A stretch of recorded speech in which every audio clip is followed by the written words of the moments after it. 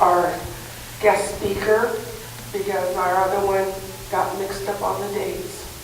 So I will give you the microphone, Jim, and tell us, you will be speaking to us about the Veterans Center. Cowlitz County Veteran Service Center. So Here. Thank you. I'm not Lori Basher. She's much better looking than I am, but you have to look at me today.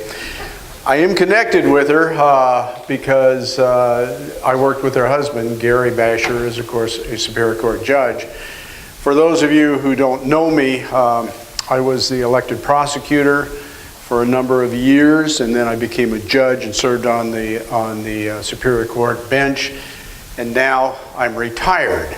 And I retired about 5 years ago and started volunteering. So for my advice to those of you who want to retire and have a life, go to Arizona. Because when you stay locally and you start volunteering for stuff, you fill up your days very quickly. One of the things that I did, a little over 3 years ago, was volunteer to work with the Cowlitz County Veteran Service Center. And that's been in existence for 4 years, and I was pretty much in the ground floor of it.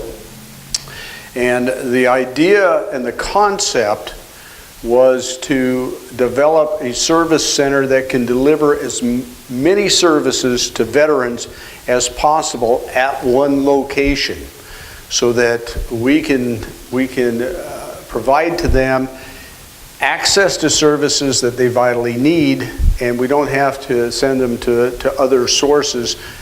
We are a reference source for many of the services, but when it's time to deal with the Veterans Administration, that's what we can do.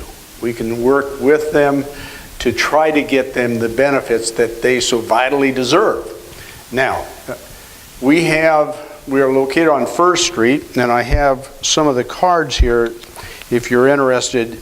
If you know a veteran, or you yourself are a veteran and you need help with your services, here's our cards. We're located on First Street. Our hours are on the card. We have 5 veteran service offices, and we are authorized by the American Legion. We're sponsored by the American Legion, and some of them work with the Disabled Veterans DAV. But what we do is we help the veteran determine what services they might be eligible for, and then help them prepare the paperwork in order to approach the VA and request the services. A lot of that includes gathering evidence. For example, if somebody says that they suffered PTSD in Vietnam, we're going to look for their medical records, and sometimes the history is kind of sketchy. So we have to help them try to request their medical records, both while they were on active duty, after they were on active duty, and then also help them in terms of seeking the confirmation evidence, the evidence that corroborates their claim, and that may involve having them contact their buddies. It's what we call buddy letters. Did they actually experience an incident that might have triggered PTSD?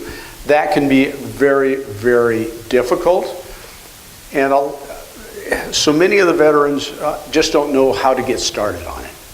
And that's what we're there for, to help them kind of, shepherd them through it. Now, they actually submit their own claim. We don't keep a lot of medical records in the office. We don't want that. We want to protect their privacy. But we do want to assist them in every step along the way until it finally gets adjudicated by the VA. It can take a long time to get a claim through the entire process. I've heard up to 7 years.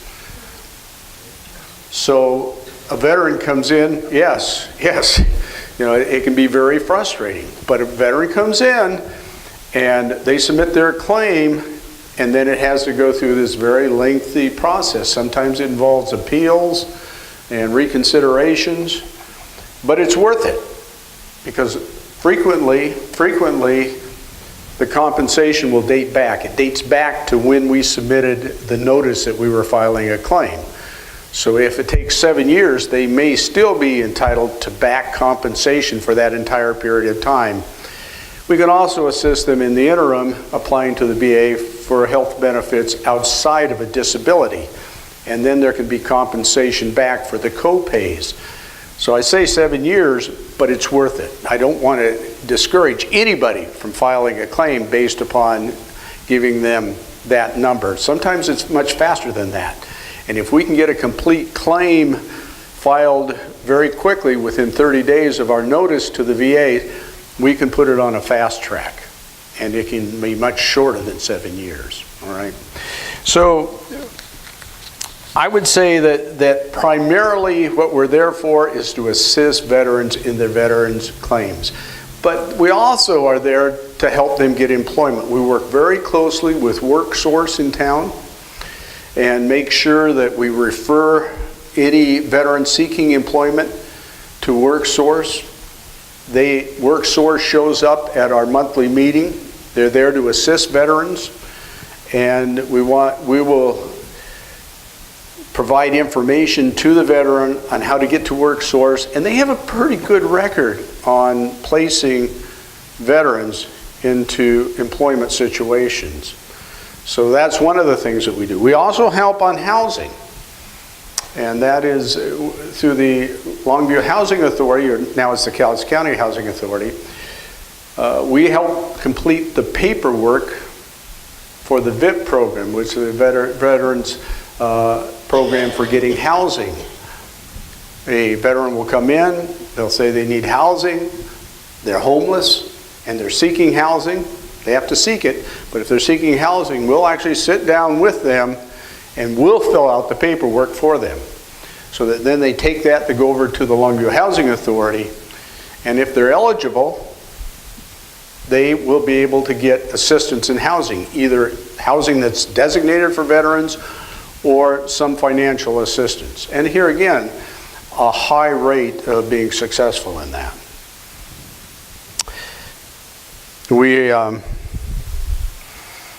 We help them in terms of getting their DD-214. It's amazing how many veterans don't have their DD-214. We can help them obtain that. We can help them obtain transportation. The DAV provides transportation down to the VA in Vancouver and Portland, so they're not left to rely upon a relative to get transportation. That can be frustrating to people. In terms of mental health and behavioral health, there are resources available to assist even locally in getting mental health assistance, up to 10 meetings with a psychiatrist locally without having the VA pay for it. After that, we need to get the VA. So we need to start the process, all right? Yes, ma'am. So without, so you don't have to have a referral from a physician? I don't understand. Oh, okay. Let me back up then. For anything health related, all right, and anything in mental health, they can apply. But it is critical, and this is one of the things that we will tell them at the initial meeting is, have you been seeing a doctor? What's the doctor's diagnosis? They don't make the referral, but we want to gather all of that information so that when we go to the VA, we can say this person has a diagnosed condition. We think that condition is service connected and that they're entitled to medical assistance, all right. There's also certain entitlements just by virtue of military service to health benefits through the VA unrelated to any disability, all right? They're not disabled necessarily, or their disability was not service connected, but they may be entitled. There's 8 categories of priorities that veterans fit into in terms of medical assistance just because they were a veteran and they served, okay? So we can also access that, help them get down to Vancouver and meet with the VA in Vancouver and actually enroll in health benefits. Now, there are co-pays for that, and it's better to have the determination of VA disability, but we'll go both routes. We'll get them first, file for the disability, but make sure they also seek health care enrollment in the interim, okay? It's complicated, all right? That's why we like them to come in. Let's go over it. Let's see what we can do to determine what you need and get the ball rolling to respond to those needs.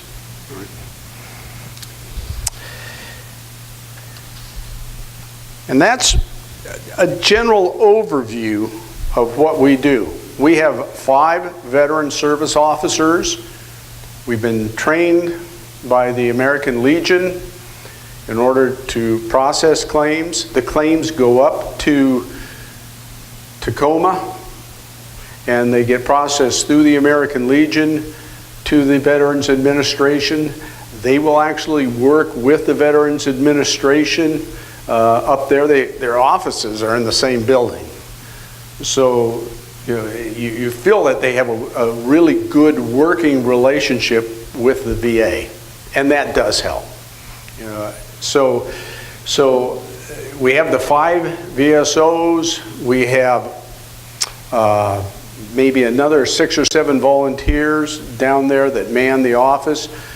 All of our staff and all of the people that work at the Cowlitz County Veterans Service Center are volunteers. There are no paid positions. We work, our VSOs are all veterans, and the reason for that is that we feel that veterans are more comfortable dealing with veterans, that when we meet them, we can't totally share their experience, but we know what they're talking about. And they seem more comfortable with us as veterans. As I indicated, we don't have any paid positions. We do have fundraisers. We were blessed some time ago through my Lions Club. I had a couple of members of the Lions Club who said, we'd like to support the Veterans Service Center by starting a golf tournament. So we have an annual golf tournament. And because of that golf tournament, we put ourselves on pretty good financial ground. Not that we don't want more money, but we are able to fund a lot of the programs that we do through the resources that we develop through the golf tournament. There's also a county Veterans Relief Fund. That's an emergency fund that's available. It's taken from, it's in the Washington State statutes provide for a certain percentage, very small, but it's a considerable amount of money that goes from your sales tax into the Veterans Relief Fund. And because of that, the county commissioners run this fund.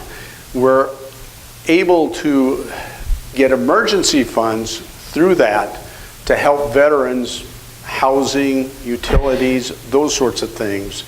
And it's amazing how many veterans actually get into a situation where they might need some temporary help with their utility bills. Knowing that these things exist are the key. Getting the word out to veterans that if you have a problem, you need to come see us, and let's help you. Let us help you. So that's what we're about. I could have bored you with about a half an hour presentation, but I don't have my notes. I got the call while I was at the Veterans Service Center, and my actual speech is at home. But I'm here. I can answer any questions that you might have. And since nobody's gone to sleep yet, probably I should keep this short. Any questions? Yes, sir. The paperwork that's been filed, and he says it takes up to 7 years. If somebody was one of the veterans passed away, because they're not all young people. So not like you, no. Now you got me all flustered. I'm sorry. Anyway, when, say he passed away, and the paperwork's in process, and it gets approved then before evidently the notification goes to the, wherever the paperwork goes, that he passed away or her, does they pay back or that? Well, I have to really research that question. I think it goes to the next of kin, and we can file a marital rights form so that the wife can also, spouse, because be careful now, because there's a lot of women in our organization, and so I say spouse can continue with the claim and get the back pay. All right. And there's also widows and widower rights that we can file. The wives can come in. The benefits aren't as substantial, but so usually then we can file another form and say that it continues in the name of the widow. Yeah. Okay. Any other questions? How many are veterans? Thank you for your service. But, obviously, U.S. Army is over there. But, any other questions? I have cards here. I have a description of the services that we provide. I'll leave that with you.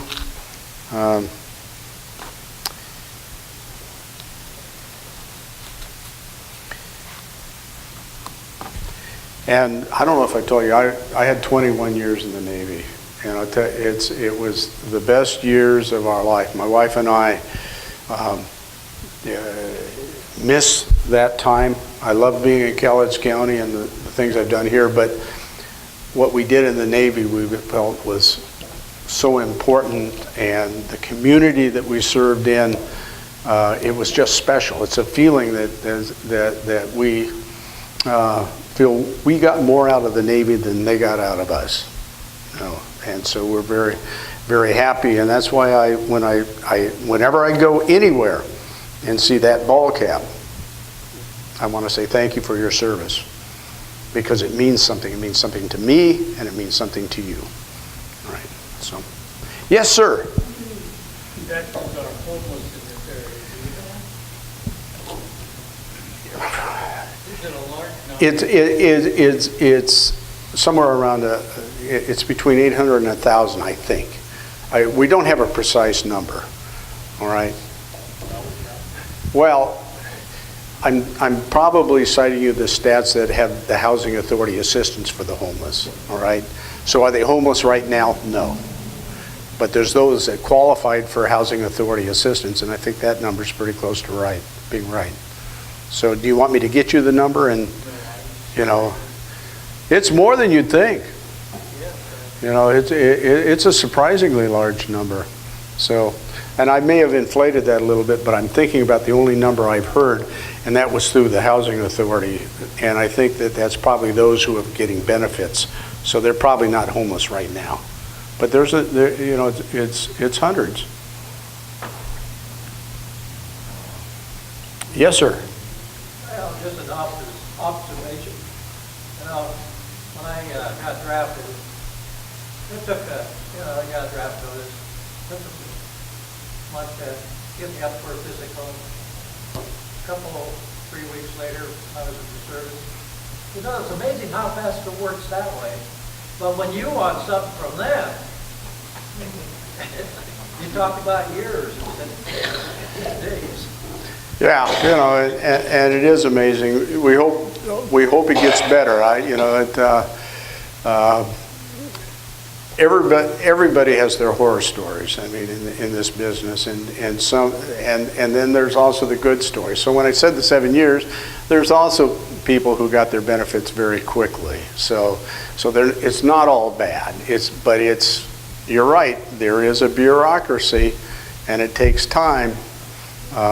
So that's why we want people to come see us as soon as possible. Don't necessarily wait to absolutely have to have the service. But you read these articles in the paper too, how difficult it is for the ex-serviceman to get whatever they're entitled to, then they feel the public should be picking this up instead of the government, which took him into the service. They should be responsible for it. It shouldn't be up to individuals. No, when you think about the magnitude of the problem, individuals aren't going to be able to pick it up. Private charities aren't going to be able to pick it up. The government recruited people, they enlisted people, they commissioned people, they sent them to war. As far as I'm concerned, we owe them as a country and as a government the support that they now need. And the government should be picking up the tab. What we want to forget when people make decisions on war, no war, is there is a huge financial cost, financial tail to that decision to go to war. Right after the second Gulf War, the condition known as TBI, traumatic brain injury, wasn't even recognized. It was being diagnosed not by the VA, but by the military as a personality disorder. Right? So there was no compensation. We now know it was traumatic brain injury. And it was a significant number of people were suffering from that. But they weren't getting the treatment until finally somebody recognized that as a medical diagnosis. That's the price of war. You have to pay for the treatment because we as a government decided to go to war. And they deserve it. The veterans deserve it. So, it's too easy for me to get on my soapbox, start preaching to you. No. But that's like Agent Orange. That's right. It's coming back from Vietnam. Yeah. Agent Orange is an interesting history because initially, oh no, it was no problem. I mean, I had a friend that went to Armed Forces Staff College with me, another student, and that was right after Vietnam. And he had all sorts of sores on his back, and they were all from Agent Orange, and he passed away about a year later. But they weren't recognizing Agent Orange as a carcinogen. And then they finally started recognizing it, but then they say, well, but it was limited only to Vietnam. But then they found out that, well, no, the exposure didn't have to be in war situation. It could be in the transport and stuff. And they're still fighting the battle on where was Agent Orange. You know, I have a friend who's a veteran who has a condition which could be related to Agent Orange, but they said, well, you were never in one of the designated areas where they stored Agent Orange. So that's a very limited window. So it's a slow process. I think we're going to find out that Agent Orange was a lot of places during the locations eventually, but it takes time. But you're right, Agent Orange was a classic example of failure for the medical to stay up with the policy. I mean, the policy to stay up with the medical. And that is the scientists knew it. It's just the policy people that wouldn't admit it. And so I'm on my soapbox again. Okay, well, I don't have any more to talk to you about. I know that, Okay, how do you differ from, what about the one out there in Ocean Beach, the VFW out there? They're just a separate organization, yeah. Yeah, they're through the VFW, we're through the American Legion. And we do essentially the same thing, I think we have more VSO officers than they have, but they're doing good work out there. So we don't make a distinction in terms of who's doing right. We're all in it together. We're all serving the veterans. That's what it's about.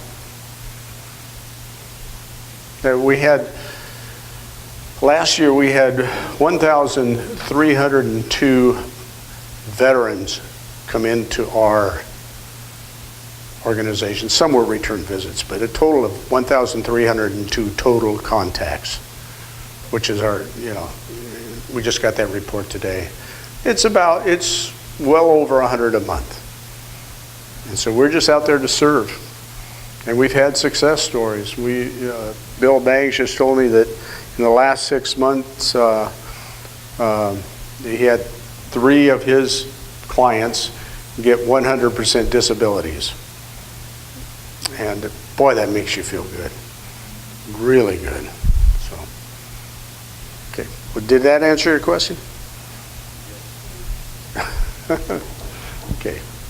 All right. Thank you very much. Thank you. Take care.